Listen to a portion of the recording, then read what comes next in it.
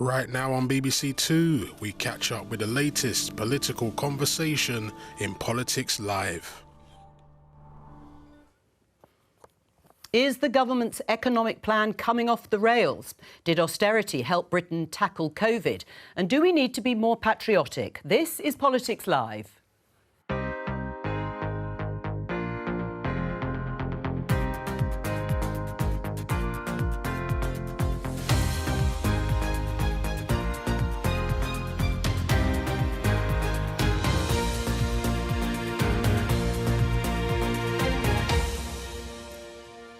With me today, Conservative MP and Chairman of the Health Select Committee, Steve Brine, Labour MP and former Minister, Margaret Hodge, former Conservative Special Advisor, Salma Shah, and the Director of the think tank British Future, Sundar Katwala.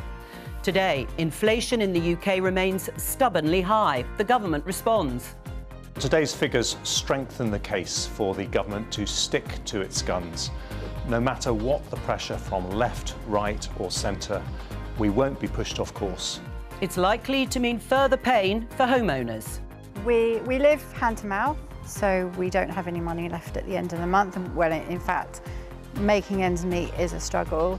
It's likely to be the main focus at Prime Minister's Questions. We'll have that for you live at midday. Also today, did austerity make it harder to tackle COVID? If we had not had a clear plan to put the public finances on a sustainable path, then we would not have had the fiscal space to deal with the coronavirus pandemic when it hit. And our guest says patriotism can end our culture wars. So do we need more of this? Patriotism, fairness, a love of family. We love this country as you do. This is the country I grew up in.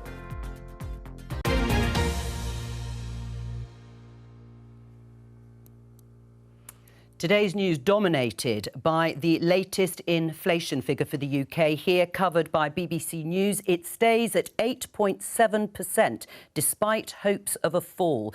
Yes, the inflation rate is stuck. Despite predictions it might drop slightly in May last month, it just hasn't done so, and the government is desperate to bring the rate down. It certainly raises fears the higher prices are becoming embedded in the economy. Is the government's plan working, Steve? Not yet, but if you listen to what the Chancellor said, I mean, what is the alternative to what he said? Oh, yeah, I think we should just rip up the plan to reduce inflation. I think we should rip up the plan to reduce debt. I mean, you know, I don't know if that's the Labour policy, but, I mean, clearly that's got to be the right there's got to be the right ambition. I remember when, you know, our opponents and you guys in the media were saying, well, of course, you know, on the 5 priorities, you know, at least 3 of them, they're going to be dead easy to meet anyway. They're going to happen anyway. So, you know, he's just said them. And there was that level of cynicism. They were never easy. And, you know, Rishi Sunak, anybody who knows him, and I know him well, he certainly didn't pick 5 priorities when he took over as Prime Minister that he thought was going to be easy. But they are the priorities of the British people. They're certainly my priorities as a constituency MP. And, you know, all the stuff about mortgage time bomb in the papers and the political ramifications that we'll hear at PMQs. And you're right, if Keir Starmer's smart, he will go on the economy today. You know, that's one thing. You know, I guess, like Margaret, I'm less concerned about the politics of it. I'm more concerned about, you know... Well, we'll come back. We'll come back to that. I mean, listening to what Steve said, do you agree that it's the only plan? It's the only option? Is it? Let's have higher inflation. Well, first of all, I've just got to say, Steve, it's not stuff about mortgage interest rates. This is going to impact on millions of people right across the country. Literally what I just said. People are going to lose their homes. Because you've been around now for 13 years. You know, you have to take responsibility for the way you've mismanaged the economy. We haven't built homes.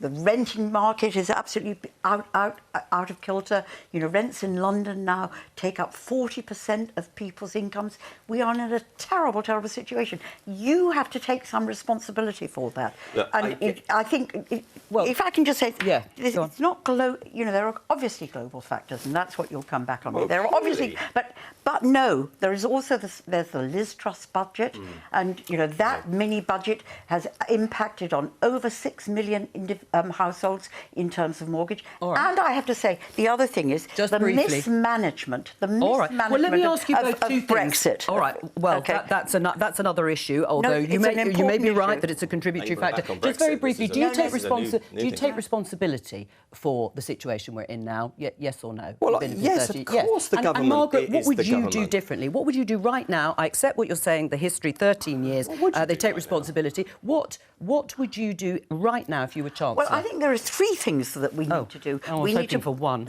Apologies. The best one.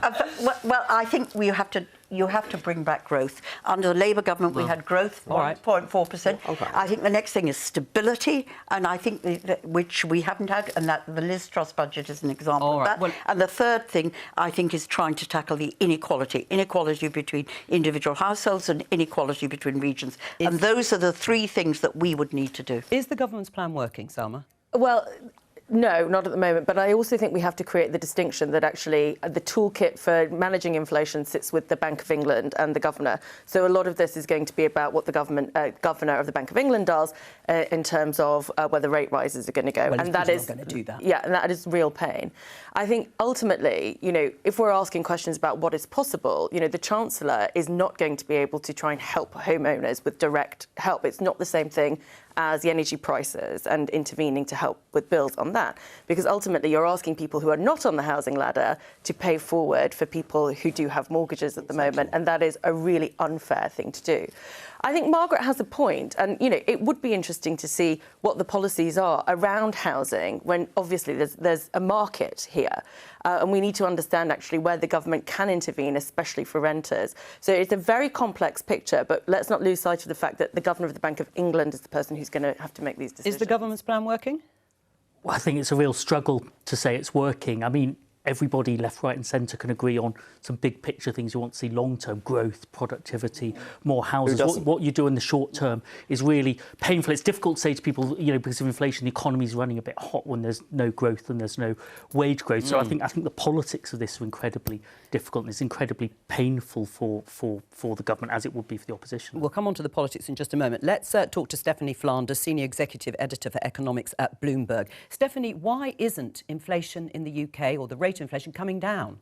Well, part of it is that even these more than a dozen interest rate rises that the Bank of England have put in, the impact of that has not entirely been felt. I think there's about half of what we would consider the tightening impact, the slowing down impact on the economy, has still to be felt because it takes a while for that to work its way through. That's one reason why we're looking at these people renegotiating their mortgages over the next year. That's part of the pain, that's part of the impact of these rate rises. So part of it is a waiting game. I think relative to other countries, it's taking longer because we had a bigger hit to energy prices than the US did. So we had higher inflation to begin with, and it hasn't come down as quickly. And relative to Europe, we've also had not just wage growth, but also profit margins growing. Quite a lot of markup we've seen in profit margins by companies. So there's a mixture of things. We seem to have sort of got ourselves the worst combination of those three across the major economies. And we're expecting the Bank of England to raise interest rates again, possibly by a quarter, but possibly by 0.5%. Yes, I think the chances of that have gone up a little bit because of today's numbers, but actually we still believe that a majority of that committee that sets interest rates will go for a quarter point, partly because of what I said. There's still quite a lot of what they've already done still to work its way through the system. And we don't think, by the way, that rates will end up going to 6% as currently is the betting in the markets. We think that would be too much. Right. When Jeremy Hunt, the Chancellor, says he's not going to be pushed off course, he is going to stick with the plan, let the Bank of England do what it has to do. Does that mean as far as going towards recession? Well, it could well be, and we certainly think if rates go up to 6%, as the markets are currently forecasting, and as you see built into those 6% mortgage rates, we think that will produce a recession. When we run it through our numbers, we think that would be a sort of a shallow recession, but definitely a recession, lose about 2% of national output over that recessionary period. So, we think that would be overdoing it, but it is possible if inflation really is sticky, especially in the services sector, people still spending in hotels, profit margins still being pushed up. I think it is possible that we will need a recession to get this inflation out of the system. It's funny, though, if you have it as a target, halving inflation, to then stick with the plan, which is to not do anything and leave it to the Bank of England. It sort of seems like an odd combination. But should it be their policy, Stephanie, the Bank of England's policy, to almost trigger a recession in order to achieve lower inflation? I think their policy, their target is only defined in terms of inflation, but they have in the past always weighed those two things. What's the greater harm? I think the feeling is, and that I think I agree with them on this, that over the long term, the greater harm comes from having inflation be built into the system, because in the end, that's going to be more painful for households for a longer period of time. Stephanie, stay with us if you can for the rest of the discussion. There are calls for Jeremy Hunt, the Chancellor, to give more support, direct support, to households with mortgages. This is what he had to say in response at the London Stock Exchange. We know there is enormous pressure for families with mortgages, and it's a really big deal for family finances. But the one thing that would not help those families is to step in with short-term support that meant that inflation stayed higher for longer and those mortgage rates stayed higher for longer. So I'm meeting the mortgage lenders later this week to ask what else can be done to relieve pressure in very difficult times, but we won't do anything that means that high inflation stays around for longer, because that is the root cause of the pressure they're facing. Do you agree? Do you agree with the Chancellor, Jeremy Hunt? Of course I do. So no support for mortgage holders? Well, look, no support. The autumn statement confirmed £94 billion worth of help, for families across a wide range of different parts of targeted help. So the idea that not reintroducing mortgage tax relief, which is what I think you're referring to, which Labour abolished in 2000, the Conservative MP has also that would be very untargeted.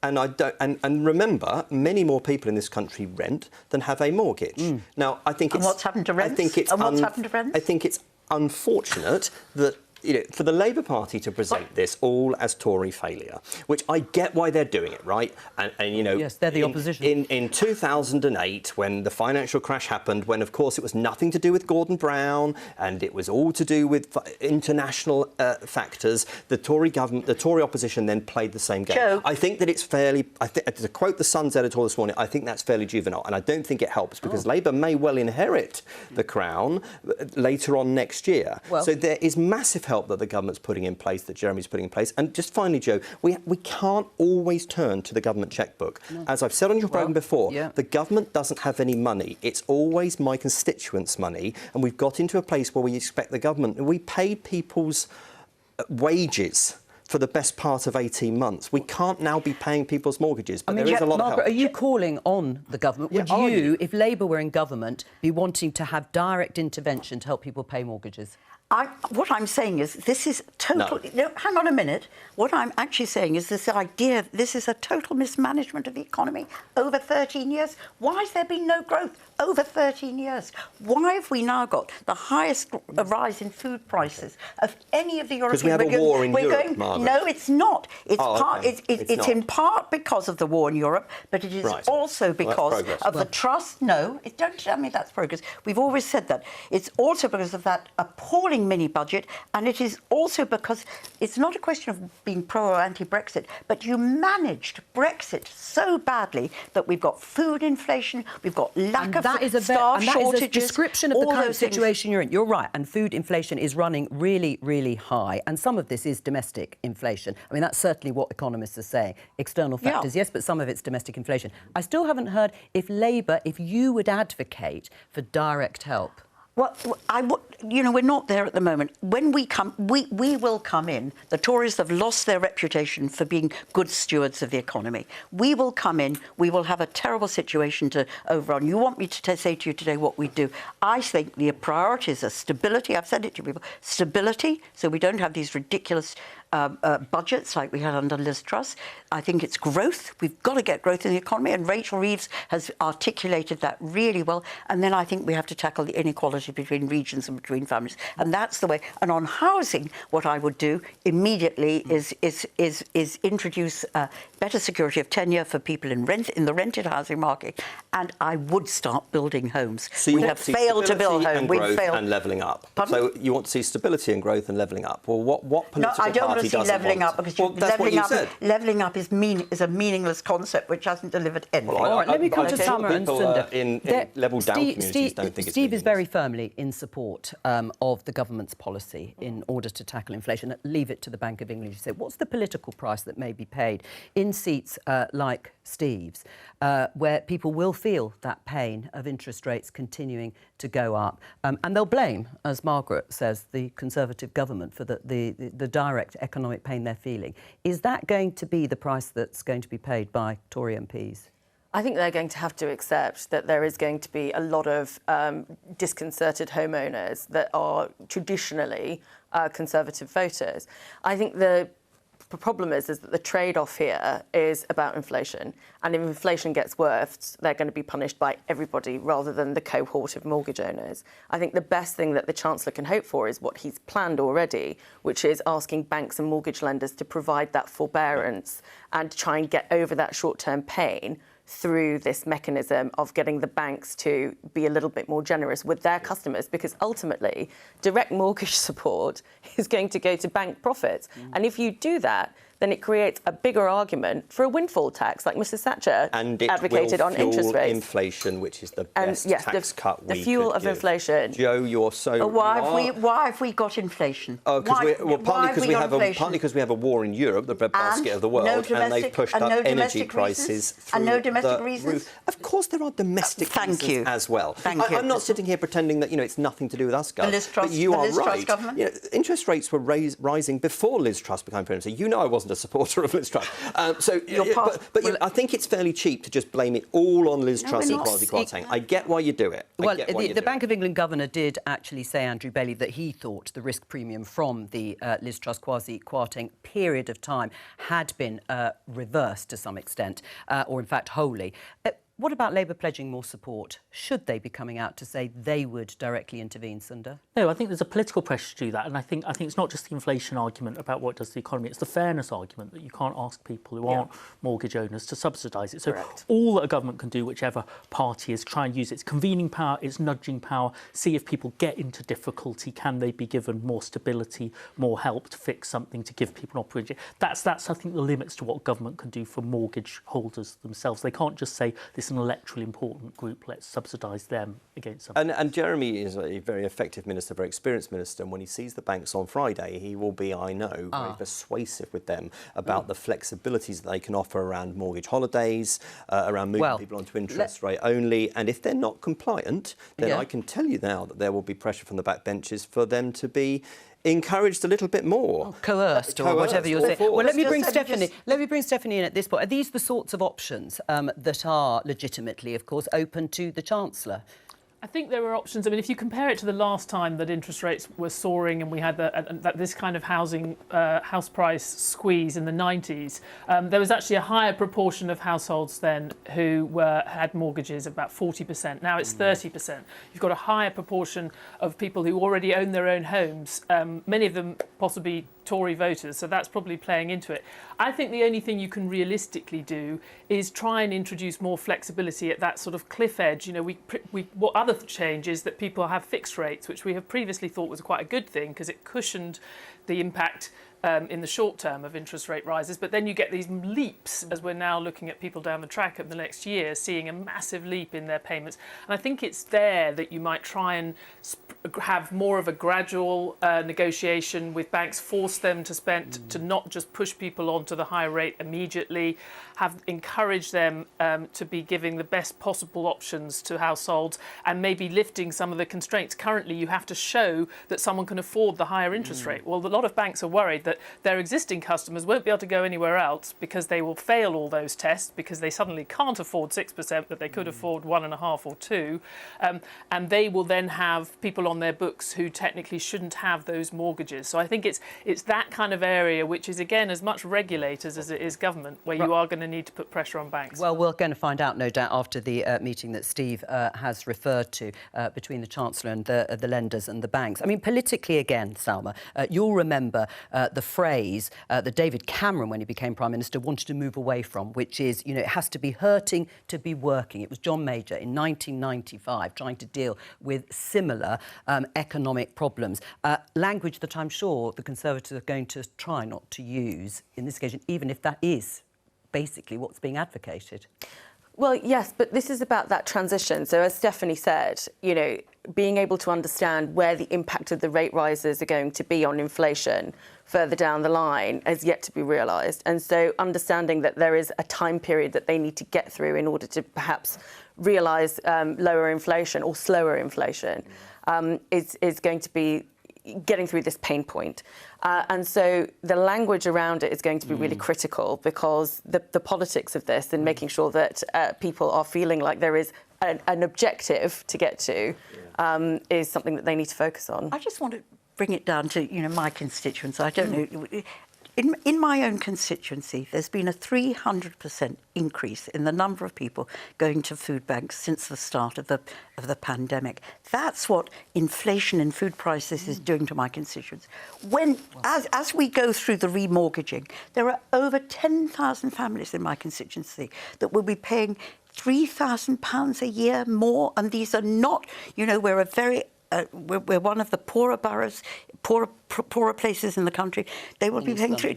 They will lose their homes, and there are things that could be done in relation to all the housing market. We were talking about a little earlier, some about providing greater security of tenure to people in private sector housing. That sort of stuff could happen immediately without any impact. And inflation is not something theoretical. Inflation is really impacting on my constituents' lives and the country. But what you're talking about in terms of rental tenure is not going to have an impact on people paying mortgages right now. They may be forced to move into rented accommodation because they can't afford their mortgages. So they may be forced to give up their houses because they can't afford the mortgage, and then we've got to see where they're moving to. But then you also have the impact of buy-to-let landlords that sort of boomed over the last 30 years. Who are now also cannot afford their mortgages and who are going to sell, which is actually going to reduce a lot of the stock. Well, maybe what we should do there is enable councils to buy those houses and use them to let to people. I don't think councils have money to buy that. Is there an electoral price for you, Steve? I mean, you've been very firm in saying, no, we stick to this. But in your constituency, you haven't got a huge majority. It's going to be difficult for your constituents, isn't it? Look, I am mostly concerned about my constituents, not about my own neck. We have very high property prices in a place like I represent, and of course people are quite heavily mortgaged up to meet those. And there's what I found interesting about this debate over the last few weeks is that, when Labour made the Bank of England independent, and they obviously stood outside government, but now there's been an awful lot of talk in the papers. 100%, and I still do. And look, the alternative to Jeremy, who I know incredibly well, was very involved in his leadership campaign twice. Didn't go so well, but anyway, I got him there in the end. Jeremy will be very careful with his language. He'll be very sensitive about his language, and you would expect that from him, and you would expect that from the Prime Minister. Thank goodness we don't have loose-lipped in Downing Street anymore. So I know that what Jeremy won't do is he won't just lose his head and do things that will make this worse, which is why he's had to be restrained, for instance, area that obviously I look at with the health service, on health service public sector pay. Right, just very briefly before we go and say goodbye to Stephanie Flanders, people talk about a wage price spiral. What is that, and are we in one? Is that to me? Yes. Well, Lucky so wage you. prices, obviously, we had inflation, we had prices grow. And then the question is, if then as in response to that higher inflation, you then match it with wage growth, and the wage growth keeps sort of meeting or even exceeding the inflation, then you're pushing up prices for businesses who are employing those workers. As I said it before, we have seen wage growth, which is one of the factors that you don't see so much in Europe, but you have seen in the US, because we have such a tight labour market. And that's one of those striking things that happened in the pandemic, was a lot of people left the labour market and haven't come back. So I think that's another kind of UK specific factor that has helped to kind of keep upward pressure on wages. But as I said before, there's also been profit margins being pushed up in response to this as part of this inflationary process. So I wouldn't lay it all on the door of the wage price. It's also a profit price spiral as well. Stephanie Flanders from Bloomberg, thank you very much. Let's talk about the COVID inquiry. We've heard evidence from a variety of people, including the former Prime Minister and the former Chancellor. Let's refer to George Osborne.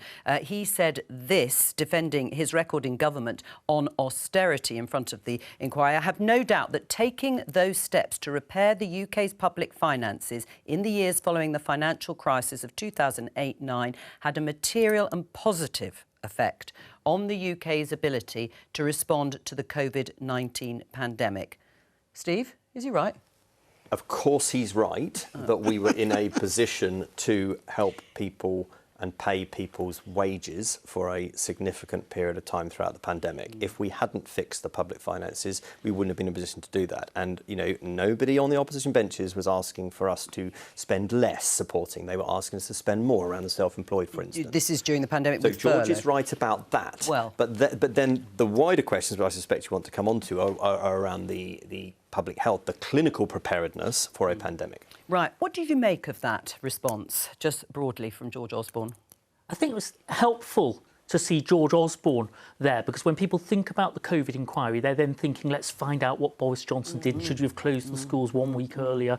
Were you a day late or making that decision about Christmas? But if we're interested in the preparedness, we've got to get much broader there. What was the condition of the health service? What was the preparation like? It's the real challenge then for the COVID inquiry, because it's a massive event that affected everybody, and now it's got to be an inquiry into everything. It's an inquiry into austerity and its impact on health services and preparedness. So boiling all of that down is challenging. I mean, obviously, everyone's going to defend the specific decisions they made. The inquiry's got to sort of take a helicopter view above that for lessons for next time is what we're about, not a sort of history of the last 20 years. But do you accept his verdict that he got the UK's public finances in shape following the financial crisis, and that made us better prepared? I think the broader verdict on austerity we'll have to see historically there, but I think the health service pressures after the pandemic. I mean, Brexit is partly a result of the politics of austerity. I think there's something like a pandemic. It's like the Second World War, where if you're going to tell people they can't go to work, of course you need to do furloughing, and you're going to take on exceptional debts, which aren't really about the sustainably a country sustaining its debts in normal times. So I think pandemic debt is sort of war debt, and so I think it's less closely connected than he claims here. Salma? Well, yes, I agree with that, except for the fact that being able to borrow at certain rates, and now that we're seeing kind of global borrowing rates going up as well, I think getting the public finances just as a base, whatever may come, is an important thing to do. I think this is a really, really important inquiry, as Sunda said, because it's not about the specifics of what happened in one core bit. It is about looking at the decisions that led up to it. So it's very important that we ask ourselves these questions and take that wider view. I think that ultimately, you know, Baroness Hallett and her team are going to have to give us a verdict on that, having gone through all the details, and not just about the austerity policy coming out from number 11, but also how that was applied in very complex structures like the NHS, and how those decisions were then taken by experts about how they were going to make the choices of what they were going to focus their preparedness on. Margaret? Well, let me just say, I do agree that it is important that both of them have said, Salma and Sunda have said, that we think about lockdown and its impact, and we've today got this. We'll come on to that. We've today got this report about the growth in eating disorders among young girls. But on I've got to disagree. Sorry, I'm not doing this really. It sounds terribly partisan, but I don't mean it in that terrible partisan way. We went into the pandemic with the NHS in a terrible state. Fewer doctors, fewer nurses, fewer beds than all our European countries. 4 million people on the waiting list. And if you look, the Health Foundation is a bit of Health Foundation research, which I hope you're familiar with.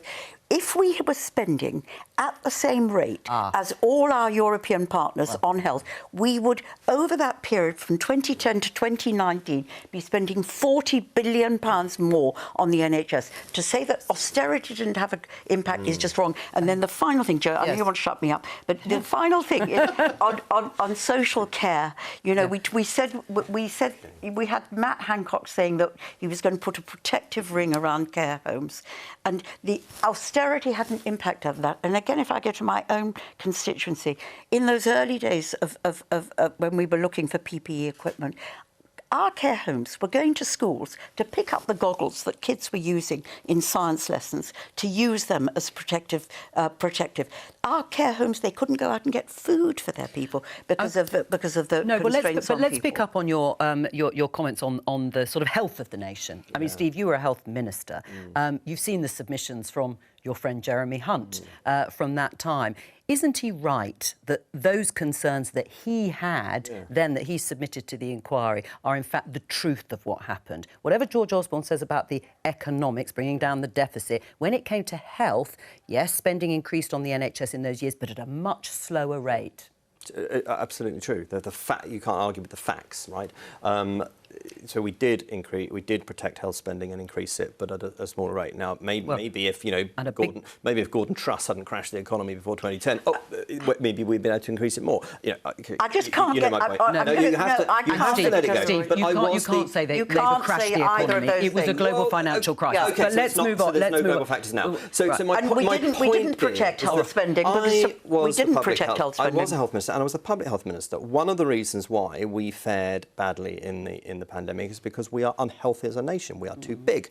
Child obesity. It's people's fault. The child obesity plan that I wrote, a lot of that was not implemented, and I think government still hasn't. And it still hasn't been. I have been very publicly critical of the chair of the health committee. Conservative government. We should have implemented some of the policies around the obesity programme, for instance. But the select committee, actually under Jeremy's chairmanship, and I'm sort of following up on it now, has already done a coronavirus inquiry called Lessons Learned to Date. And one of the things that the government have done is they split out Public Health England into the UK Health Security Agency. So I think people sometimes think that the inquiry is going to take years and it won't be until then that we learn anything. Yes. Actually, no. I think some of that that learning has already been implemented. And have you learnt from that actually the NHS wasn't in as good a shape as it could have been when we went into the pandemic? I don't think the NHS was in as good a shape as it could have been, yes. But I think there are also wider public health factors which we, over generations and governments, we have not done enough to make a healthier nation that was therefore more robust when it faced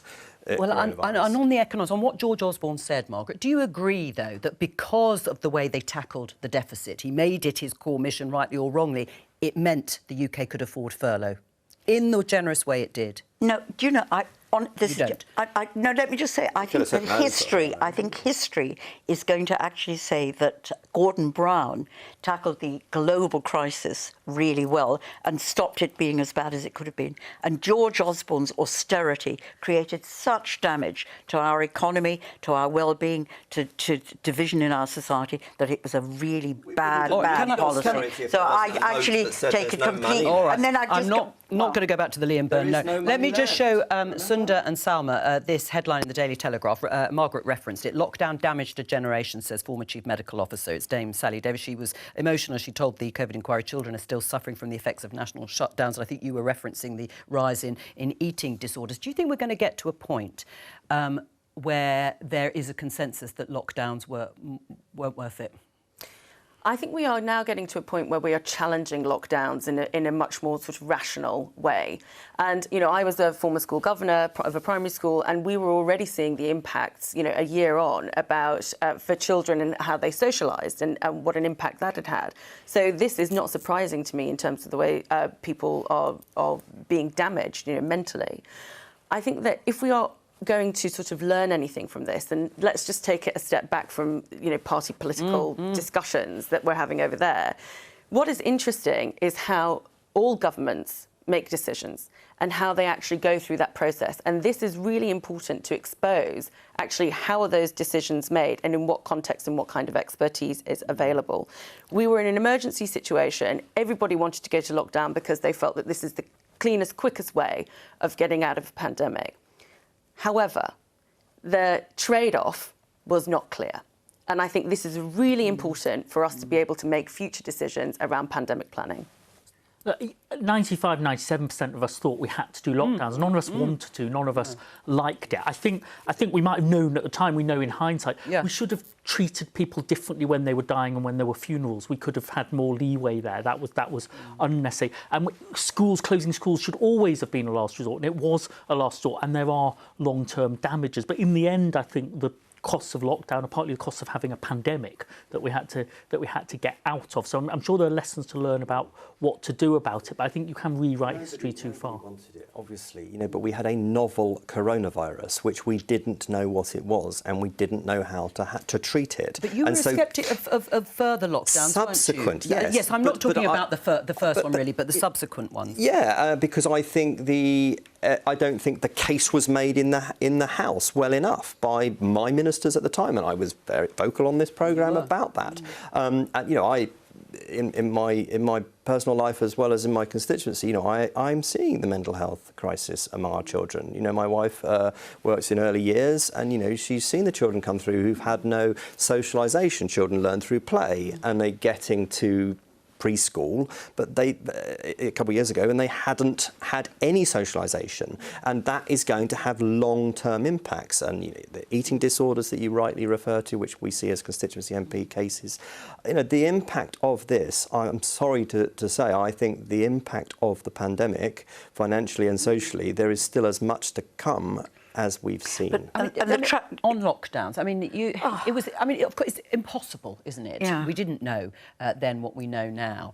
But listening, lockdown damaged a generation. It's quite an indictment on young people. The tragedy, I'm sorry to say, the tragedy was that it did damage a generation. Definitely. And I think, particularly the children in school, and actually I chair a university now, and we've got people there who are now facing disruption because of the industrial action in universities, who were locked down, who didn't do their GCSEs, who didn't do their A-levels. So you can go right the way through.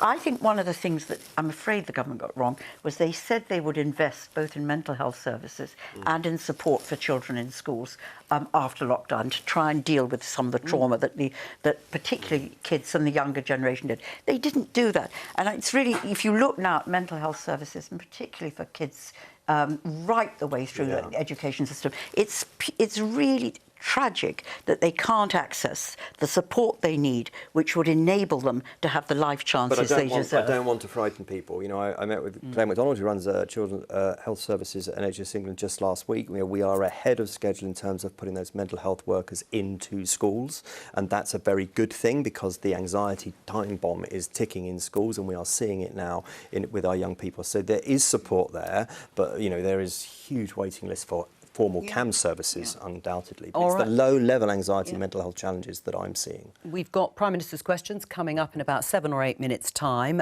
Let's talk about your book, the one you've just written, How to Be a Patriot, Why Love of Country Can End Our Very British Culture War. Why do you think being a patriot is a unifying, or all of us being more patriotic will be unifying? Well, it sounds counterintuitive. Everyone in politics knows that identity can divide us, whether it's Brexit, Scotland, wokeness, culture wars on every front. I'm saying as it gets more difficult, actually, we've got to work harder at getting it right. It won't be enough to say, let's avoid those issues. We all love the NHS, don't we? We've actually got to work on those issues, look for the forms of patriotism that can say that the political divides might be really important, might be really big issues. They don't define us as a country. And it will help to have politicians who want to do that, but we can all make our own contribution. So love of country, how would that be demonstrated? Well, I think it's how you feel it. I don't want to tell anybody how to be patriotic if they don't, I don't want them to perform at the last night's performance they don't feel like. It's a very personal book as well. I grew up, went to school in the 70s and 80s, but dad from India, mum from Ireland. I felt Britain get easier for people like me in terms of the overt racism I saw at football, the opening up of public life. I left university, there'd never been a black or Asian government minister in this country. And so change can happen very, very quickly. Younger people don't believe that story. They haven't felt a sense of progress in these more polarised times. So I'd like us to get back on track, really, about a country that can disagree about things and make progress. And we haven't been doing that very well. You feel very confident, or you sound very confident about it. Is it, without being rude, an age thing as well, a little bit? It's a generational thing, because I was part of a generation that saw an advance. I think younger people have got higher expectations. They're like, the same to me, Sunday, people aren't throwing bananas. You set a very low bar there. We want to progress in our time. It's the 75th anniversary of Windrush this week. Enormous progress across those generations. But young people are saying we haven't got fairness and equality yet. Can we have debate about substantive causes, not trivia, where we make constructive progress instead of just always arguing about language or, you know, the people we don't like that we don't talk to. We've got to find meaningful contact about these big, potentially divisive issues. You're nodding there. Do we need to be more patriotic? Well, as a Conservative, I think, you know, I'm all for a bit of flag waving. And actually, I've got to say, you know, I've spoken to Sundar about these issues for years. And when I was in the Communities Department, we were working on an integration green paper. I didn't quite get to announce it or put it out. But I think what's really interesting about what Sundar's saying is that, you know, patriotism doesn't have to be at these two sort of ends, which is either really jingoistic or incredibly sort of embarrassing and you know, ironic. And there is this middle ground. And like him, you know, I grew up in the 80s and 90s, and there has been a huge amount of progress. Yes, there's still more to do. But a point of pride is, you know, we have, the Conservative Party has delivered an ethnic minority Prime Minister and great officers of state that BAME. And that's a great point of pride for me. Right. Do you think it's important politically for politicians to state it? We use the examples in the headlines there of both Rishi Sunak and Keir Starmer. Or should it be less about telling and just more about feeling it? I think it's important to state it. Can I just... Personally, I'm probably the only one that wasn't born in Britain here, around the table today. So I'm an immigrant, and my parents had to flee two countries for persecution or fear of persecution. And my dad, throughout his life, was always grateful to Britain for welcoming us as immigrants and allowing us to become British. We came here as stateless. But the other thing I wanted to say, Joe, is I fought the BNP in 2010. It's some time ago now. But the right tried to capture the concept of patriotism to create division and hatred. And I think it's really important. I don't think it's a Conservative issue. I think it's a cross-party issue. I think, actually, I hope we agree on this one here today. I think we should all actually capture patriotism with diversity and recognising our history as a force for creating social cohesion. And we should celebrate 75 years of the NHS.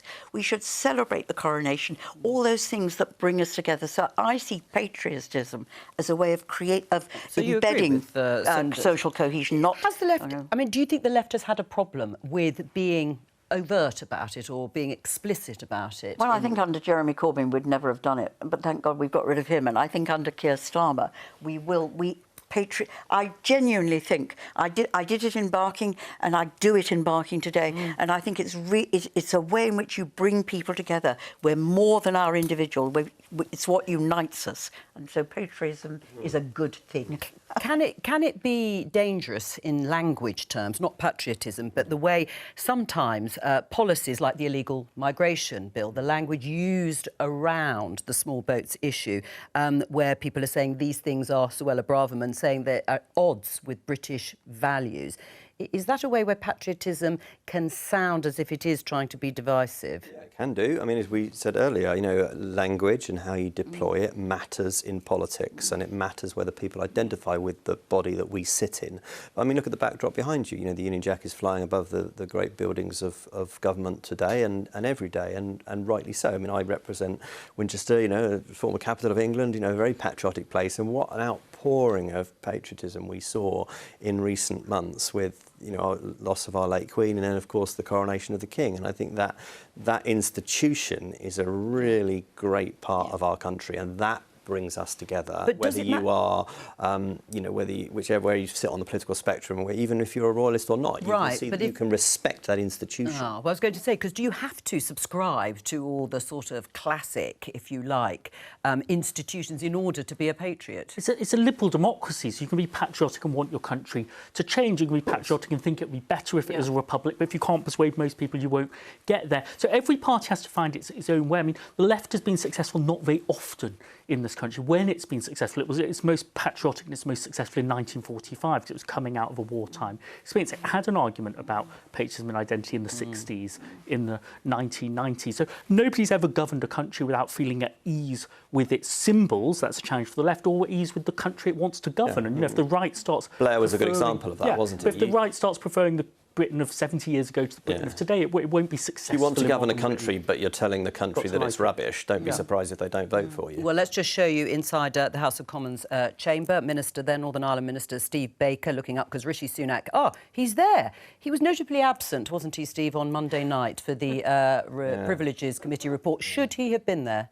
It's a matter for him as the Member of Parliament for Richmond, North Yorkshire. It was a matter for the House of Commons. I was there representing the people of Winchester, and I get it. Some of them would have taken a different view to me, but my view was that we had to support the Privileges Committee because it was about supporting the House and about supporting democracy. Should he state his view on that report today? Because the vote's gone through. It was overwhelmingly and supportive of the findings. Should he now, from a leadership perspective, as Prime Minister... I don't tell him what he should do. If he's if he's asked the question today, and I think Keir Starmer will be bonkers to go back to that today, then he'll have an opportunity, and in a couple of minutes you'll find out. Yeah, indeed he will. Should he ask Keir Starmer? Would you like to hear Rishi Sunak say anything, or is it gone? I would like to hear Rishi Sunak, and I agree with Steve. I think the vote on Monday was about more than the Privileges Committee. It was about defence of Parliament, and it was defence of democracy. All right. I think Rishi should give us leadership on that. Well, let's hear. Number one, Mr. Speaker. Mr. Speaker, this morning I opened the Ukraine Recovery Conference alongside President Zelensky. The aim of the conference is to secure a resilient economic future for Ukraine. And as we mark the 75th anniversary of the arrival of the Empire Windrush tomorrow, I'm sure the whole House will celebrate the contribution of the Windrush generation who have done so much to build the Britain that we cherish today. And, Mr. Speaker, this Armed Forces Week, we thank them for all they do to keep our country safe. This morning I had meetings with ministerial colleagues and others. In addition to my duties in this House, I shall have further such meetings later today. Patricia Gibson. Thank you, Mr. Speaker.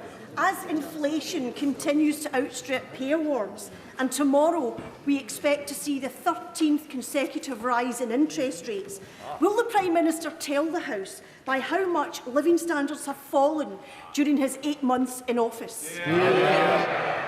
Well, Mr. Speaker, I've always been very clear. Inflation is putting pressure on family budgets, and that's why the UK government has taken decisive action to support families through this difficult time, including households in Scotland who are receiving considerable support, not just with their energy bills, but also the most vulnerable as well.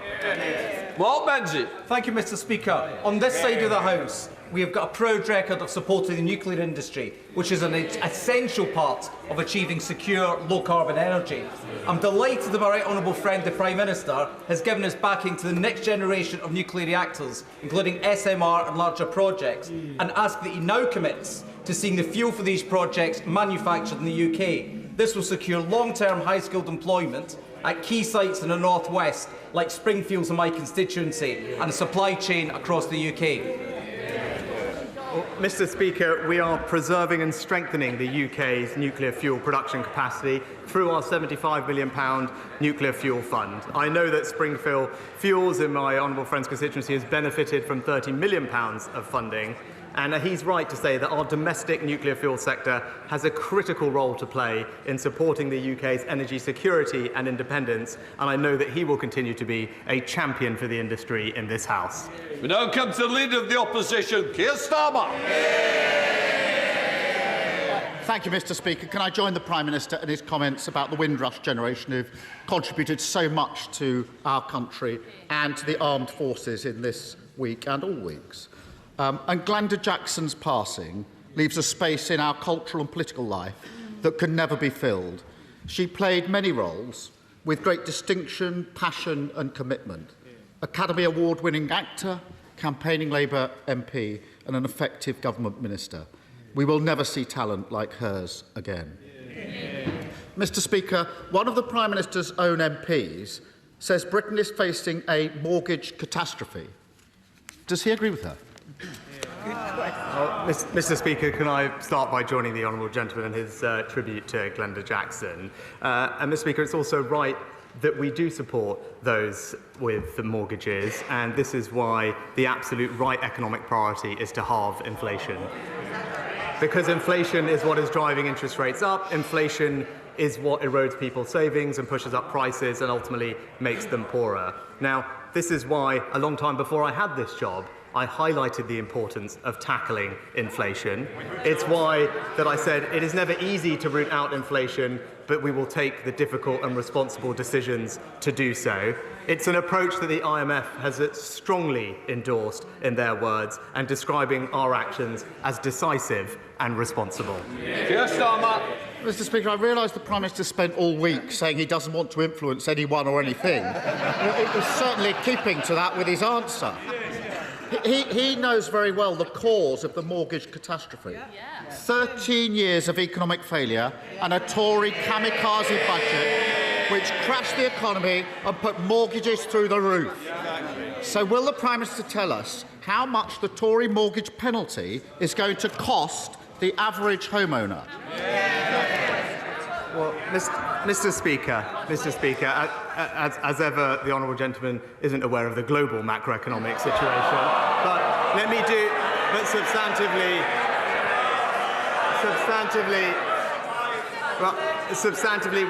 let me tell him and the House what we are doing to support those with mortgages. We have deliberately and proactively increased the generosity of our support for the mortgage interest scheme. We've also established a new FCA communal duty which will protect people with mortgages, for example, moving them onto interest-only mortgages or lengthening mortgage terms. And we have spent tens of billions of pounds supporting people with the cost of living, particularly the most vulnerable. But that is the difference between us, Mr. Speaker. While he is always focused on the politics, we are actually just getting on and doing the job. Let's test that, because the question he refuses to answer, he actually knows the answer to this question, is £2,900 extra. That's the cost to the average family of the Tory mortgage penalty. Now, he was warned by experts about this as long ago as autumn last year, but he either didn't get it, didn't believe it, or didn't care, because he certainly didn't do anything. And when I raised this a couple of months ago, he had the gall to stand at that dispatch box and say he was delivering for homeowners. How is an extra £2,900 a year on repayment delivering for homeowners? Well, so, Mr. Speaker, now let's just look at the facts. Let's look at the facts, because he talks about interest rates. Perhaps the honourable gentleman could explain why interest rates are at similar levels in the United States, in Canada, in Australia and New Zealand, why they're at the highest level in Europe that they've been for 2 decades, Mr. Speaker. That's why it's important that we have a plan to reduce inflation. But in contrast, what do we hear from the honourable gentleman? He wants to borrow an extra £28 billion a year. That would make the situation worse. He wants to ban new supplies of energy from the North Sea. That would make the situation worse. And he wants to give in to unions' unaffordable pay demands. That would make the situation worse. Mr. Speaker, he doesn't have many policies, but the few that he does have all have the same thing in common. They're dangerous, inflationary, and working people would pay the price. Seriously? Sorry? I don't think we need any more, do we? No. Keir Starmer. Mr. Speaker, I appreciate the Prime Minister has a keen interest in the mortgage market in California, but I'm talking about mortgage holders here. And whilst his government is consumed in law-breaking chaos and division, working people are paying the price. This morning, I spoke to James in Selby. He's a police officer, working hard to keep people safe every day. The Tory mortgage penalty is going to cost him and his family £400 more each and every month. That's nearly £5,000. He told me this morning, they may not want to hear this, he told me this morning that they've decided to sell their house, to downsize, and he's just told his children they're going to have to start sharing bedrooms. Why should James and his family pay the cost of the Prime Minister's failure? Well, Mr. Speaker, I hope when the honourable gentleman was talking to James, he explained that his economic policies would make James's situation worse, Mr. Speaker. And it's not just me saying that, Mr. Speaker. The Independent Institute of Fiscal Studies says his policy of never-ending debt and borrowing would damage James because it would increase inflation and drive up interest rates, leaving James and everybody else in this country poorer, Mr. Speaker. The IMF has said that our plan prioritises not what is politically easy, but what is right for the British people. That is what responsible economic leadership looks like, Mr. Speaker. James and his family will have been listening to that Prime Minister. And their plight should keep them awake at night, because over the next few years, 7.5 million people are going to be in the same boat, all paying the Tory mortgage penalty, month after month after month. The situation is so dire that repossessions are already up 50%, a total betrayal of the idea that if you work hard, you'll get on. So what's the Prime Minister going to do to make sure more families don't lose their homes? Mr. Speaker, I know he's reading from his prepared script, but he failed to actually listen to the answer that I gave. Well, I did actually spell out in detail what we are doing, Mr. Speaker. We've increased the generosity of support for mortgage interest scheme. We did that proactively in advance. We've also established a new FCA consumer duty that will protect borrowers, for example, by allowing them to extend their mortgage terms or switch to interest-only mortgages. And we have spent tens of billions of pounds supporting households with living costs. Those are the practical steps that we are taking to help James and other families who are facing these situations. But what I would say, because he mentioned mortgage arrears and repossessions, I am pleased to say, Mr. Speaker, they are actually running at a level today that is below when we entered the pandemic, Mr. Speaker, because of the actions that we're taking. But more importantly than that, perhaps, Mr. Speaker, is that they are also running 3 times lower than the level we inherited from the last Labour government. Mr.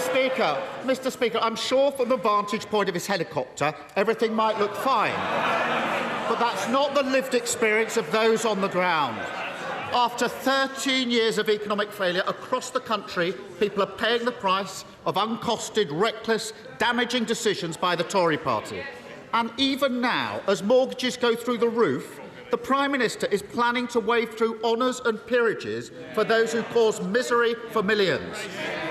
What does it say about this government that while working people are worrying about mortgage hike, paying the bills, even repossessions, the Tory party is rewarding those guilty of economic vandalism? Mr. Speaker, no amount of personal attacks and petty point scoring can disguise the fact that the honourable gentleman does not have a plan for this country, Mr. Speaker. He comes here every week to make the same petty points. We are getting on and delivering for this country. Yes, Mr. Speaker, inflation is a challenge. That's why we are on track to keep reducing it. We are reducing waiting lists. We are stopping the boats, all while he is focused on the past, focused on the politics. It's all talk, whereas from this government and from this Prime Minister, we deliver for the country. Philip, I know you're popular. Come on. Thank you very much, Mr. Speaker. My constituents continue to be concerned about energy prices and energy security. Will the Prime Minister assure me that he will not cave in to the extremist bullies from Just Stop Oil and their patsies on the Labour leadership as well, and instead commit to developing new oil and gas production in the United Kingdom, which will be good for jobs, good for the economy, and make us less dependent on foreign countries for our energy supply? Well, as ever, my honourable friend makes an excellent point. Putin's weaponisation of energy has amplified the need for greater energy security, and that's why we deliberately have launched new licensing rounds for the North Sea. Official forecasts suggest that a block on North Sea oil and gas investment would mean that the UK's dependence on imports would rise substantially. Mr. Speaker, the Labour Party's decision is one that puts ideology ahead of jobs, investment and Britain's energy security. SNP leader Stephen Flynn. Mr. Speaker, in February, the Prime Minister told this here House that borrowing costs are back to where they should be. In March, he boasted we are on track to halve inflation by the end of the year. And in May, he then said economic optimism is increasing. Well, given the dire economic reality of today, is it not now clear that he's taken his honesty lessons from Boris Johnson? Well, Mr. Speaker, the honourable gentleman also failed to mention that not just the Bank of England, not just the OBR, not just the OECD, but also the IMF, all of them have upgraded their growth outlook for the United Kingdom economy this year. Whilst he and others were predicting that this country would enter a recession, the actions of this government have meant that we have so far averted that, and we continue to be on track to keep reducing inflation because that is the right economic priority. Can I just say, I want people to be a little bit more cautious on what they say. This is the present serving Prime Minister. The danger will it could be misled in the way that it was put. Stephen Flynn. But Mr. Speaker, listening to the Prime Minister's answer, I don't think he quite grasps the reality of the economic situation facing households across these aisles. But how could he? But it doesn't need to be like this. It didn't need to be like this. Because mortgage deals in Ireland, they're not sitting in excess of 6%, they're around about 4.5%. Inflation in the euro area, that's not sitting at 8.7%, it's sitting at closer to 6%. Britain is broke. Now, 7 years after their EU referendum, will he finally admit that it was Brexit that broke it? Mr. Speaker, again, I don't think the honourable gentleman was paying attention earlier. Interest rates in this country are at similar levels to they are in America, in Canada, in Australia and in New Zealand, Mr. Speaker. The rise in inflation and interest rates is a global phenomenon, but that's why early, I set out that it was the right economic priority to have to bring inflation down. That's what this government would do. But that requires, Mr. Speaker, that requires difficult and responsible decisions. That's what leadership looks like. I don't think the SNP will ever do the same thing. Virginia Crosby. Thank you, Mr. Speaker. Wilver, in my constituency of Anismore, is recognised as the best site for small modular reactors and large-scale new nuclear in the UK. Given the UK government's commitment to nuclear and Wilver, when can my Anismore constituents expect to hear the result of Great British Nuclear's small modular reactor competition? Diolch yn fawr. Well, Mr. Speaker, there'll be no greater champion for this technology and her community than my honourable friend. My understanding is that the first stage of market engagement is already underway. The expectation is that the down selection process will be launched this summer with an ambition to assess and decide on the leading technologies this autumn. The competition will be open, judicious, fair and robust, and I express all my confidence that we will select the best technology for the United Kingdom. Anxious welcoming it. Right, Stephen Furry. 4 months after the very welcome Windsor Framework, there is still no restored Northern Ireland Executive or Assembly, and we are facing an unprecedented budget crisis. This situation is untenable. It's getting worse every day, and the government approach seems to be to wait to see if something happens rather than leading from the front. So can the Prime Minister confirm that he's willing to work with the Northern Ireland parties on a financial package for a restored executive, and also will he work more closely with the Irish government to try to drive a process, including putting reform with institutions on the agenda, so that those who want to govern Northern Ireland can do so? Mr. Speaker, can I thank the honourable gentleman for his engagement with me and the government during this process. I share his frustration, and our focus remains on delivering for the people of Northern Ireland, who expect and deserve their locally elected decision makers to address the issues that matter to them most. I thank him for his kind words about the Windsor Framework and how it allows us to move forward. And for many years, we have recognised the challenges particularly facing Northern Ireland, and that's why we've provided over £7 billion of funding on top of the Barnett Block grant since 2014. I can assure him that my right honourable friend, the Northern Ireland Secretary, remains in close contact with all the parties in Northern Ireland to clarify what more is needed so that we can restore the conditions for executive formation. Dr. Liam Fox. Thank you, Mr. Speaker. Since 2016, cumulative growth in Italy has been 4%, in Germany has been 5.5%, in the UK has been 6.8%. In May last year, British exports to the European Union were not just the highest since Brexit, but since records began. The UK had the highest growth of any G7 country in both 2021 and 2022. The Eurozone is currently in recession. We are not. Is it not time we heard more good news talking Britain up?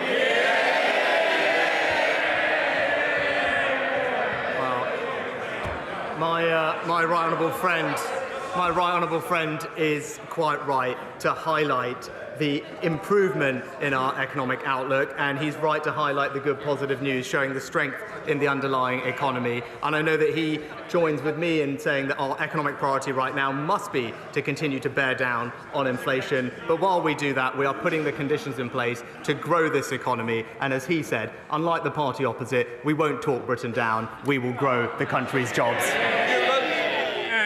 Thank you much, Mr Speaker. Last night was another fantastic night at Hampden, a real tonic during tough times for the Tartan Army and Scotland more widely. However, whilst English and Welsh fans could watch their national teams for free on Channel 4 and S4C, only a small fraction of Scots could watch the match, with many unable to afford a subscription to Viaplay, particularly during this cost of living crisis. So, does he agree with me that this is inherently unfair? And will I ask the DCMS Secretary to meet with me to discuss how we fix this situation? Well, can I join with my honourable friend in his comments about the match and let him know that I know the Culture Secretary is engaging with him and others on this particular topic, and I'll make sure that she gets back to him. Anne-Marie Morris. Speaker, in December last year, Link conducted some research on cash acceptance. Their research found that nearly half, 45% of people, have been somewhere where cash has not been accepted or has been discouraged, and 49% said being unable or being discouraged to pay in cash was inconvenient. Will the Prime Minister look again at the Financial Services and Markets Bill when it comes back from the other place and ensure that any entity providing a public service directly to the public and involving payments or a charge must accept cash? Well, Mr Speaker, we know that cash continues to be used by millions of people, particularly those in vulnerable groups, and that's why the Financial Service and Markets Bill will, for the first ever time, protect people's access to cash in UK law. The bill also supports businesses to continue to accept cash by ensuring reasonable access to deposit facilities. But as technology and consumer behaviour changes, it is right that organisations themselves should be able to choose the forms of payment that they will accept. Dave Meghill. Thank you, Mr Speaker.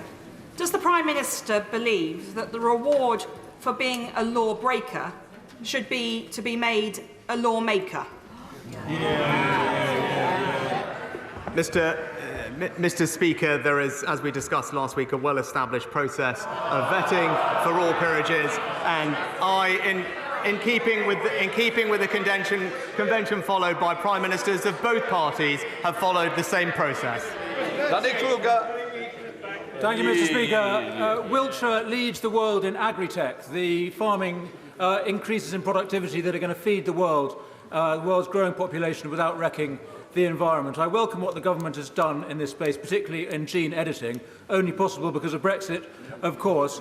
Will my right honourable friend acknowledge the work of Wiltshire farmers and tech entrepreneurs, particularly James Dyson, but there are many more? Does he agree with me this is one of the key opportunities for our country to become a high-wage, high-skill, high-tech economy? Mr Speaker, when it comes to agri-tech, we are among the best in the world, with fantastic research bodies, businesses and pioneering farmers and growers, and I join my honourable friend in paying tribute to all of them. They're getting our support with £270 million farming innovation programme, and, as he rightly mentioned, we are seizing the opportunities from our exit from the EU, including through our plans to more quickly develop gene-edited crops that are resistant to drought and flooding, that will drive up growth, productivity and create jobs. Kevin Brennan. Thank you, Mr Speaker. So just to recap, during this Parliament we've had one Tory Prime Minister who turned out to be a proven liar, a second Tory Prime Minister who was outlasted by a lettuce.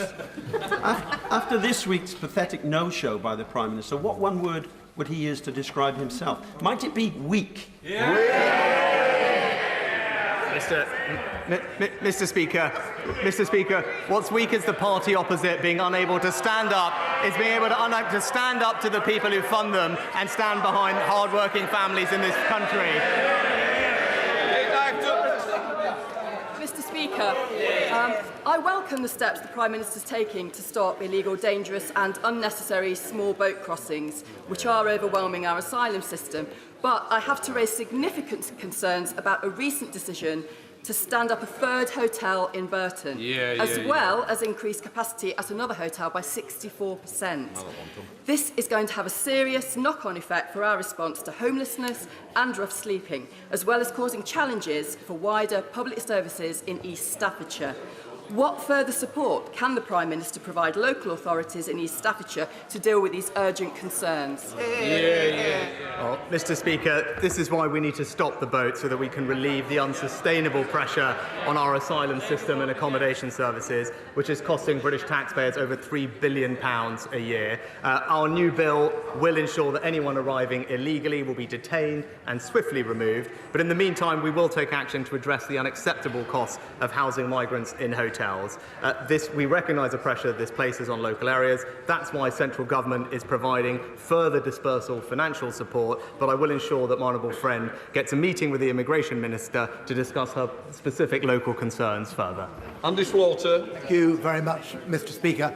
Imperial NHS Trust described the government's recent decision to delay the rebuilding of Charing Cross, Hammersmith and St Mary's hospitals as hugely damaging for the health and healthcare of hundreds of thousands of people. Will the Prime Minister keep the promise made to me by his predecessor 1 year ago from that dispatch box and guarantee completion of new hospitals on these sites by 2030? Mr. Speaker, the government remains committed to 2 new hospital schemes for Imperial College Healthcare Trust at Hammersmith Hospital and Charing Cross Hospital, and for St Mary's Hospital as part of the new hospital programme. We've expanded the programme, as the honourable gentleman knows, to include buildings with RAC, and we need to address those as a priority for the safety of staff and patients. However, we still expect the majority of schemes in Cohort 4 to be in construction before 2030, and I know that the department will continue to keep him updated on progress. David Davis. Mr. Speaker, the United Kingdom sanctioned Iran for promoting terrorism, for destabilising the Middle East, for supplying weapons to our enemies, and, of course, the proliferation of nuclear weapons. Within the past few weeks, the journalist David Rose has reported in the Jewish Chronicle that British universities have been undertaking research in collaboration with Iranian researchers and universities into areas of potential military applications, including drone technology, fighter jets, battlefield armour, and laser communication. Will the Prime Minister initiate an investigation into this and take action to stop the failure of our sanctions regime before it does any more harm to the national interest of the United Kingdom and our allies? Well, Mr. Speaker, I thank my honourable friend for raising this important topic. We take all allegations of breaches of export control seriously, and my understanding is that officials in the Department for Business and Trade are currently now investigating the allegations made in the recent press articles cited. We will not accept collaborations which compromise our national security, and that's why we've made our systems more robust, including expanding the scope of the Academic Technology Approval Scheme to protect UK research from ever-changing global threats. But my right honourable friend is absolutely right to highlight this, and he has my assurance we will keep on it. Dean McCabe. Could any of the material the Prime Minister's government is trying to avoid giving to the COVID inquiry cover his tenure as Chancellor and his eat out to help out policy? Very interesting. Well, Mr. Speaker, as I've said before, I think it is right that we learn the lessons from COVID, and that's why, so that we can be better prepared for the future. And that's why the government has cooperated in a spirit of transparency and candour with the inquiry, handing over more than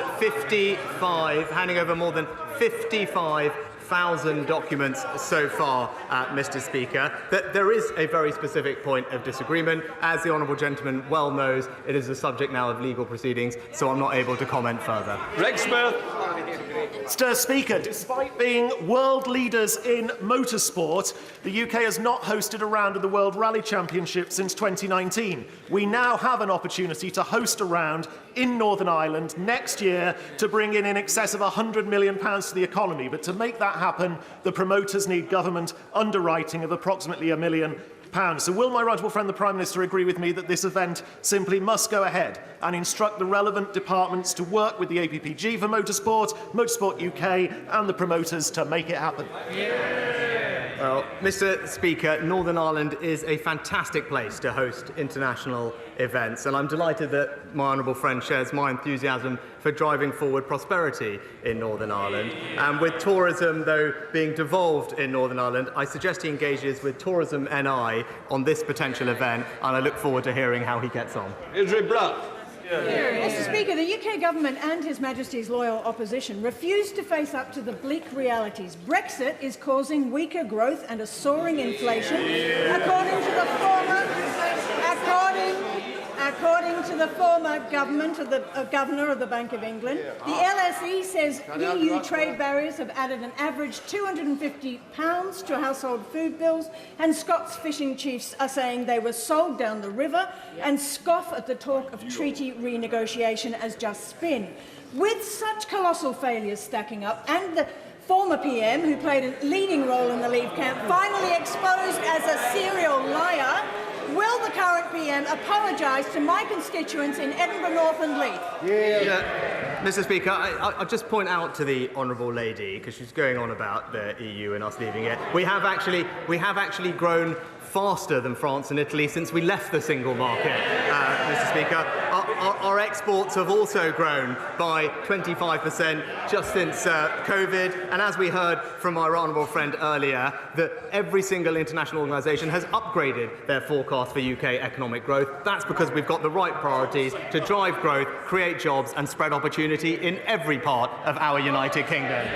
Thank you, Mr. Speaker. Hospices across the UK provide quality but also compassionate care to people at the end of their lives, such as Mountbatten Hospice in my constituency, who looked after my office manager Sue Hall when she passed away in March.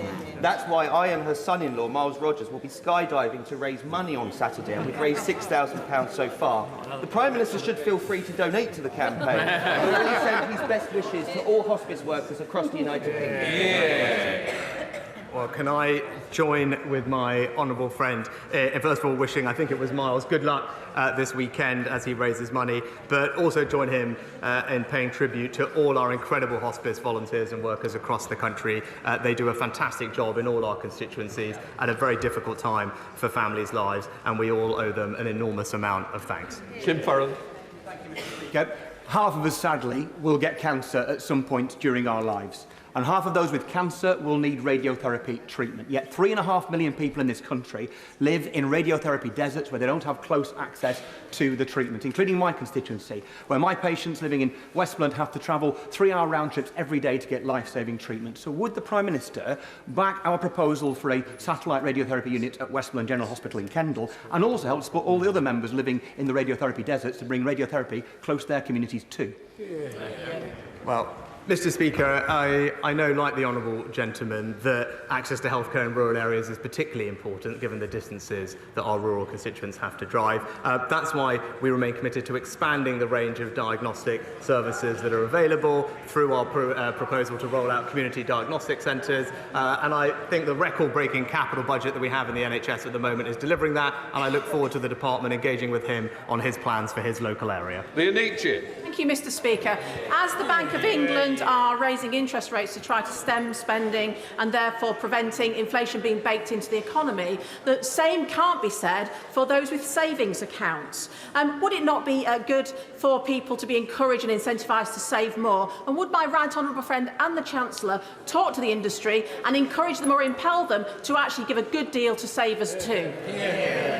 Can I thank my honourable friend, because she raises an excellent point. It is vitally important that savers are treated fairly and the markets are functioning as competitively as we'd expect them to be. I'm pleased to tell her that my honourable friend, the Chancellor, is meeting with the industry and the banks this Friday to discuss the matter that she's raised, and will make sure that she and everyone else gets an update after that. Completes Prime Minister's questions. I'll let the Chamber clear. And that brings us to the end, as the Speaker, Lindsay Hoyle, has just said, to the end of this week's session of Prime Minister's Questions. It was really difficult for Rishi Sunak, really under pressure over the latest rate of inflation, the fact that it's stuck at 8.7%, and 24 hours before the Bank of England is most likely to raise interest rates again. I think it's the 13th consecutive time that will happen. And Keir Starmer, the Labour leader, pressed that bruise. with his questions to the Prime Minister. Let me introduce our guests for this part of Politics Live. For the Government, Andrew Mitchell, a Foreign Office Minister, Alison McGovern for Labour, Shadow Employment. Welcome to both of you. And Nick Eardley, the BBC's Chief Political Correspondent. What did you make of it and the way Rishi Sunak, a former Chancellor, of course, handled it? I think it was difficult for Rishi Sunak because he staked so much of his leadership on getting inflation down, but we got a pretty good preview there of what I think the general election campaign is going to look like.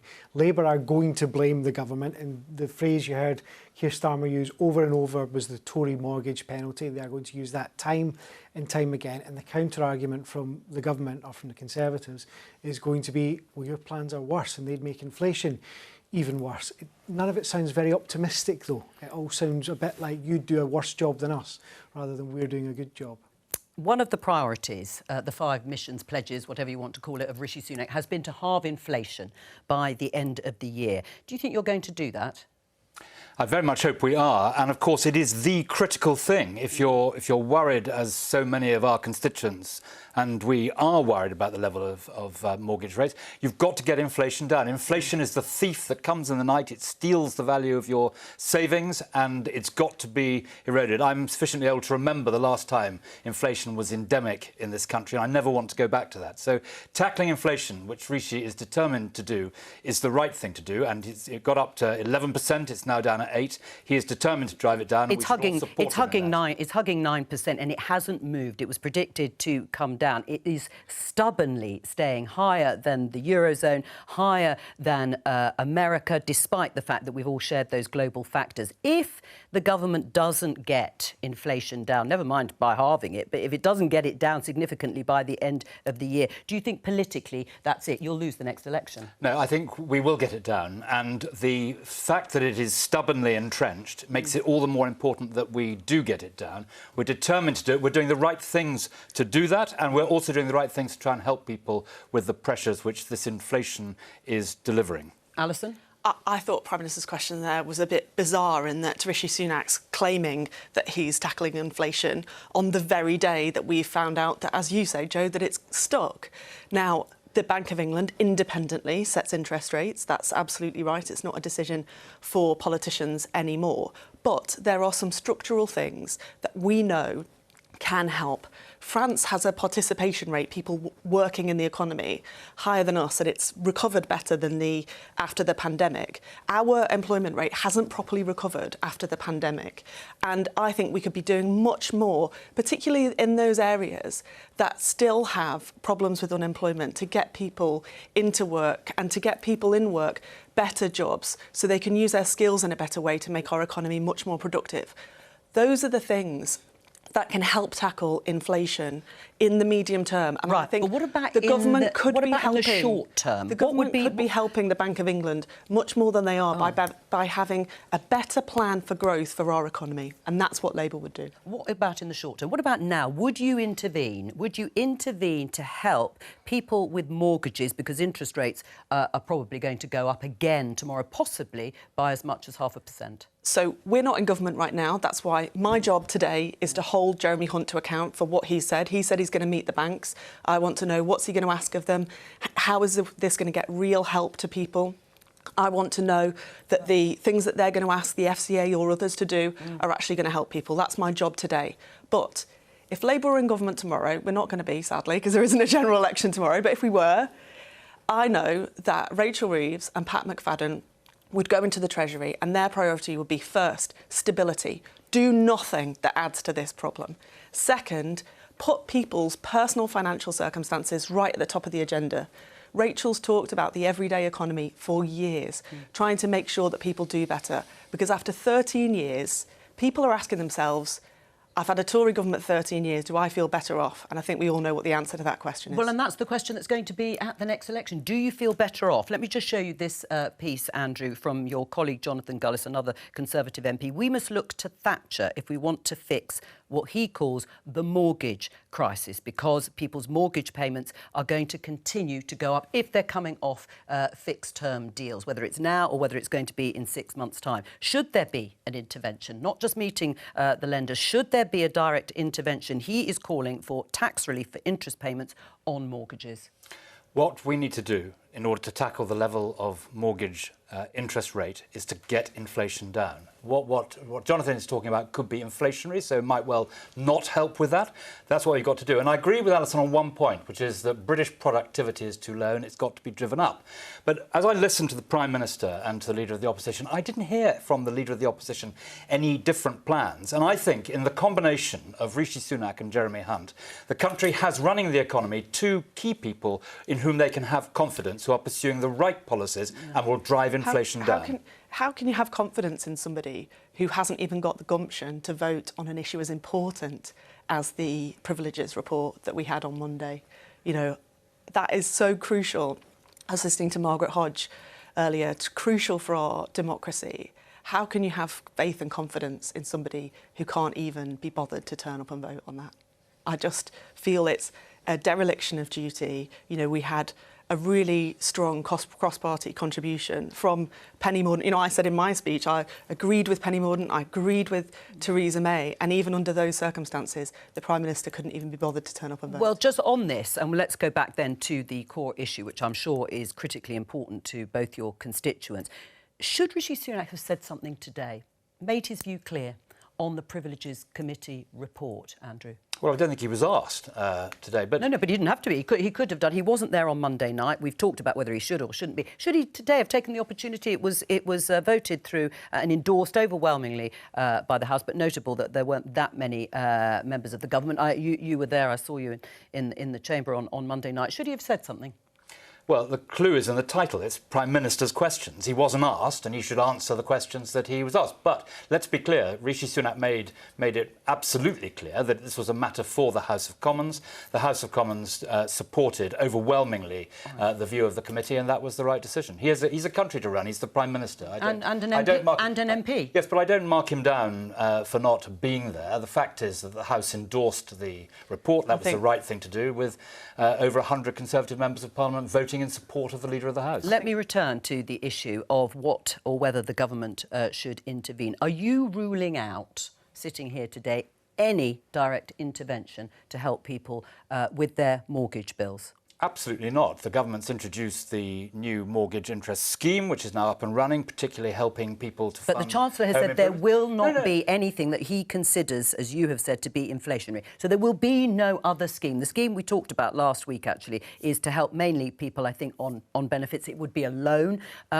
Anything of direct help, a fund to help people, that's not going to happen. That's not what I said. I pointed out that there were inflationary consequences to what Jonathan was suggesting. But the Chancellor of the Exchequer called all the lending banks and agencies together at the end of last year to warn about the difficulties that inflation would cause and to encourage them to introduce a huge number of measures. A huge number of measures have been introduced, and the government will keep the matter under review and will do what it can. But what the government won't do is to stoke up inflation, which is at the heart of this problem. Would Labour, you said, of course, if there were an election tomorrow and you were to win it, would Labour and should Labour introduce the sort of scheme that Jonathan Gullis is talking about? It's just as I said before, if we were in government tomorrow, we would stick to our fiscal rules because we can do nothing that adds to the instability that the country is. So you wouldn't do anything different at this point? So that's not what I'm saying. On that issue, you wouldn't? So in relation to mortgages and financial products and people's personal financial circumstances, look, 13 years, things have got worse, not better. Now we're reaching yet another crisis. So if we were in government tomorrow, stability would be our priority, and we would look at powers. You know, I used to be on Treasury Select Committee. I interviewed the FCA, and I know that they have. Repossessions are down. I know that they have powers, and if we were in government tomorrow, we would be having people's personal finances right at the top of our agenda, as Rachel Reeves always has done. Being at the top of the agenda and actually let me just ask you this, though, Alison, because Milton Keynes Council, it's being run by a Labour and Liberal Democrats. They've launched a £250,000 homeowner mortgage interest relief fund. What do you make of that? Some people may say they're doing what we would expect a Labour government to do. Well, I think that what councils expect a Labour government to do is to have a plan for growing our economy in a stable way. And that's why when I mentioned before, some parts of our country, some towns and cities, their employment has not grown in the way that we need it to. There are opportunities for sustainable growth by rebalancing our country. So if we were in government tomorrow, I would, as Minister for Employment, hopefully, please, would be working with councils right across the country to say, how can we use the changing energy economy, the growing parts of our economy to create new jobs, bring people into work who've been left behind, and to make sure that people are able to have sustainable finances? Because you can do things today to make a difference, but we also need that plan for the future for every town and city in this country. Jonathan Gullis is one Conservative MP offering advice, referring to history. Lucy Allen in Telford is another. She says raising interest rates, which of course is up to the Bank of England, but it is the main tool for trying to bring down inflation, is not working, she says, as a strategy to control inflation. Most people are not mortgage holders, she's written recently, and if they are not immediately impacted by an increase in rates, so it has no impact on their spending. Those that do hold fixed-rate mortgages may not feel the impact for some months to come. Has she got a point? Well, of course she's got a point, but the critical job of the government, and I don't really hear any different plans, although I think what Alison says about productivity in the economy is very interesting, and we should all be working towards it. She's also saying you've created this problem. It's because of mismanagement that we're in this. But anyway, I mean, I think that analysis ignores the fact that we are facing similar problems to what other major economies around the world are doing. No, inflation is higher than most other. Yes, and there are domestic reasons why that is the case, but that does not mean we should take our eye off the ball in getting inflation down. Inflation is the great enemy. Getting inflation down, which we are determined to do, and I believe we will do successfully, is at the heart of resolving these problems. Is she wrong, though? Raising interest rates is not working as a strategy to control inflation. I mean, it's true. It's not working yet. Well, no, it is working, but it is hard. You know, those of us who remember, Joe, what it was like when we had inflation endemic in the economy before. We know how difficult it is. Yeah, and John Major said if it's not hurting, it's not working. It underlines the importance of beating inflation. There is nothing more important in running the economy at the moment if we want to get through to sunny uplands under a Conservative government again. That is why the independent Bank of England will use its monetary policy tools to do what it needs to do. And as politicians, we should do our bit, which is to say, OK, which bits of other government policy can be deployed to make our economy more stable? That's why I'm banging on about the labour market. Which reveals to some extent that everyone is a bit hamstrung by the situation. That is exactly why yesterday at Cabinet, we spent the entire Cabinet discussing boosting skills and productivity. And there, Alison and I are in some agreement, and building on what has been a great success in that area to make it even better. But there's words and there's action. And I think that the public will rightly judge the Tories on the past 13 years. Well, and they've got the 5 pledges to look at. You say that inflation is the great enemy, and everyone will agree with you broadly on that note. Is recession a price worth paying to bring down inflation? Well, they said there would be a recession, and Britain is not in recession. And that is very welcome news, and it is partly because of the good stewardship of the economy we've seen by Jeremy Hunt and Rishi Sunak. But the answer is, if, as economists are predicting, a recession is perhaps necessary in order to bring down inflation, is that a price worth paying? I don't think recession is ever necessary, and I think that it is to the credit of Jeremy Hunt and Rishi Sunak that a recession has been avoided. There's a lot of nervousness across the road in Parliament about what the next few months are going to look like for mortgage holders and what it's going to mean for the electorate, who will be making up their minds on the parties on the back of potentially these high mortgage payments. But I am quite struck with a few exceptions, like Jonathan Gullis, as you were just talking about, and like Jake Berry, the former Tory chairman. There aren't many concrete ideas here. It does seem like it's proven to be a really difficult issue for both parties, and I think one of the fears is that if you were to subsidise mortgages or you to throw money at helping people with their interest rates, you would essentially be subsidising private investments, and there's a nervousness over that about that over the road, whether it's right or not. Is there a nervousness amongst your colleagues? Are they worrying about what's going to happen to their seats at the next election because of this issue? I think that there is a nervousness amongst all members of Parliament about their constituents' welfare always, and I think in terms of the increase in mortgage interest rates, there is a lot of concern, of course, and that is why I make the points I make about inflation and the tactics and strategy of the government. This is rightly dominating discussion, political discussion, and has been for the last few weeks. But earlier today, Rishi Sunak was also hosting a big conference of world leaders about Ukraine, about rebuilding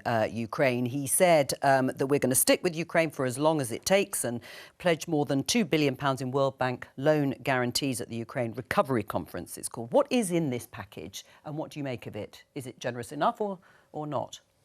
Well, Britain is hosting this recovery conference today and tomorrow in London. Everyone is here, all of the supporters of Ukraine, all those who want to beat back the barbarity of what Russia has done by invading a neighbouring country and killing its citizens, destroying its infrastructure. And this is about how we rebuild that. So it's about, on the one side, making sure that Ukraine understands the need to turn their back on old Soviet corruption and to ensure that there is a proper law-abiding rule of law for those who invest, and then making sure that all of us play our part in rebuilding Ukraine when this desperate war is over. I mean, for people watching the discussion that we've just been having about the economy, can the UK afford to stay with Ukraine for as long as it takes? We have to do so. The effect on the lives of our children and grandchildren of Russia winning in Ukraine would be unspeakable. And we have been the leading country in terms of delivering military equipment and training and support. I take my hat off to the Ministry of Defence, Ben Wallace and the government for driving that forward, making sure they have the tools to beat the Russians back. And others are following us. We have done a bit on the humanitarian side. Predominantly we do it on military spending and military support. But let's be very clear, we have played our part on the humanitarian side, and organisations like BII, the British government's international investor, will be taking a big part in this and investing in the future of Ukraine. I mean, they are eye-watering amounts of money that is being pledged, yes, in loan guarantees. I know Labour and Keir Starmer completely support what the government has done. But again, to your constituents, when a Prime Minister, and it could be Labour next year, say we will stick with this for as long as it takes, pledging the sorts of money that will be needed to rebuild Ukraine, how do you explain that trade-off? Because nothing matters more than our country's security. And I think that the response of my constituents and across the country to the crisis in Ukraine has been really supportive of the action taken. I think it's good to see a return to the UK playing a role with institutions like the World Bank, that multilateralism that the UK played such an important founding role in making sure that the risks that are inherent with the outbreak of war are attended to, not just obviously the security risks, but also the financial risks. And I think that, we have historically played that role through the World Bank and those multilateral institutions. And I think it's good to see us stepping up to the plate. And territorially, militarily, we've talked about the economics and the finances in rebuilding Ukraine. In your mind, as part of the Foreign Office, does that mean you want to see and will support Ukraine driving Russians out of Crimea and out of the eastern part of the country, the Donbass region? The important point that all of us should support is the sovereignty of Ukraine, the right of the Ukrainians. And does that include those two regions? Well, we're not at that point yet. What we have to do now is we have to make sure that the Ukrainians have the ability, the tools to finish the job, to drive back the Russians. I'm optimistic that that is what they're going to be able to do, and Britain will do everything it can to make sure that they do. Right, so what does finishing the job mean? What does it mean when people are watching, we'll be there for as long as it takes, we're going to finish the job, we're going to allow Ukrainian sovereignty? What does that practically look like? Sometimes in politics you should remember the words of Cardinal Newman. O Lord, I do not ask the distant shore to see one step enough for me. The step we have to take is arming, supporting in every way we can the Ukrainians to drive out the Russians who have invaded their territory, butchered their citizens and destroyed their infrastructure. Right. I mean, you're hosting this conference. It is about rebuilding the country. So this is an open-ended, completely open-ended commitment in that sense. You can't say what it will look like finishing the job, ending this. Of course not. We don't know how much more barbarity will be inflicted on these people by the Russians. And my hope is that our relationship with Ukraine and Ukrainians will go on and that relationship will strengthen. We think about the people who wanted to step forward and host refugees in their own homes. I think that relationship hopefully will get stronger and that will be a good thing. Do you believe, and does Labour believe, that Russia can be driven out of those areas that it took the outbreak of war, and that's what you want to see? There's not going to be a difference between us and the government on this issue. But what I want to see is what I said before, which is the United Kingdom playing its proper role on the world stage, being a partner and part of a group of nations that are trying to do the right thing and make our world a safer place. And I think, therefore, the right thing for us to do is to support the government. And that will mean, and does mean, higher amounts of spending on defence more broadly, which Ben Wallace has been making an argument for. Defence spending had been coming down, but of course it's now going to go up, and that will also be a big cost to the country. It will, as will, I assume, international aid in the project of rebuilding Ukraine. It is going to be tricky for budgets, there's no doubt about that, but I think you get a sense there that there isn't much of a political difference on this. The question is more one of balancing the books rather than any sort of real debate on whether that money should be spent. It's one of the few things that you don't find much of a division on over the road. Let's have a look at this story in today's papers, which says Labour draws up plans to flood House of Lords with peers. I don't think we have actually got the graphic. What is this about? I thought Labour was supposed to be pledging to do exactly the opposite. I mean, Keir Starmer said this week he wouldn't have a resignation honours list and has previously pledged that he wants to abolish the House of Lords. I think you'd have to ask the journalist what it's about, because our policy is to have a smaller elected House of Lords that's reflective of our regions and nations, that brings people from different backgrounds into politics. If you look at the House of Lords today, it's absolutely dominated by people who live in London and the South East. And that's why we want to have a smaller elected House of Lords that does that job of governing our whole country well. It's not unconnected to the point I was making before, which is that our country is so regionally imbalanced. And some of that economic imbalance is connected to the political imbalance. Some parts of our country just don't get a big enough say in how we run the country. So there won't be hundreds of Labour peers being put into the House of Lords if you win the election next year? Well, until we have a reformed House of Lords, obviously we've nominated people to the House of Lords, some excellent people, but that's under the system as it is now. We really don't have a choice in that. The last Labour government went some way, taking away the hereditary peers, and so under the current system, you know, we have nominated people, but our priority is to get the centre of British democracy working much better for every single part of our country. I don't think it can be beyond us to do that. Is it an out-of-date, disgraced system? Are you asking me? Yes. I think the real problem with the House of Lords is that when he reformed it, Tony Blair broke the highway code because he entered the yellow box without knowing where he was going to go thereafter. So we have an incomplete reform. And the problem with the House of Commons is that down the years, we all know what we don't want, but we find it very difficult to agree on what we do want. And both sides tend to unite against a reform, which broadly is unpopular in the House of Commons. I do think that there needs to be reform of the House of Lords. And in the unlikely event that the Labour Party were to win the next election, I am sure that they will find under Keir Starmer that it's a third Parliament rather than a first Parliament activity that they want to take part in.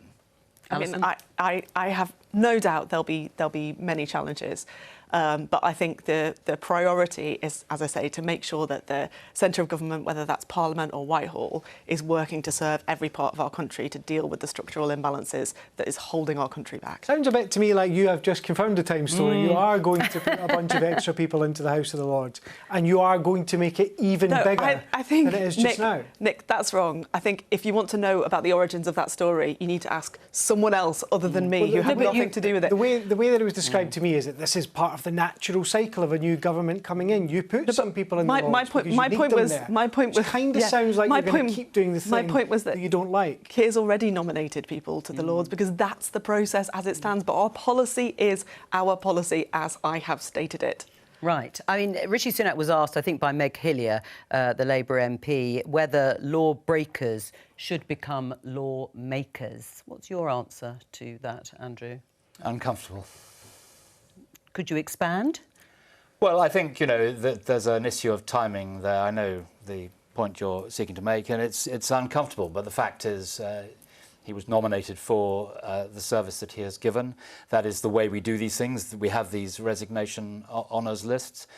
And I can well understand the view of the Prime Minister that it wasn't his role to mark the homework of his predecessor, because no one's done that before. Seems to be a lot of things that are not the role of the Prime Minister at the moment, not the role of the Prime Minister to be voting on a privileges matter core to the well-functioning of the House of Commons, not the Prime Minister's role to intervene on this. For me, this just makes the case for change. Right. Should Sean Bailey not be, or should be stripped of his honour? Sean Bailey, who stood as the Conservative candidate for mayor. Fortunately, that's a matter way above my pay grade. And as I've explained what the... But what's your opinion? You said it's uncomfortable. You said you're uncomfortable with it. I've explained what the conventions are, and those conventions are there for a reason. So I really can't, I'm afraid, add to your investigations on that matter. Right. Well, you're lucky because we've just run out of time. But thank you to all of my guests for this part of Politics Live. I'll be back tomorrow with more at 12:15 here on BBC Two and on the iPlayer. From all of us here, bye-bye.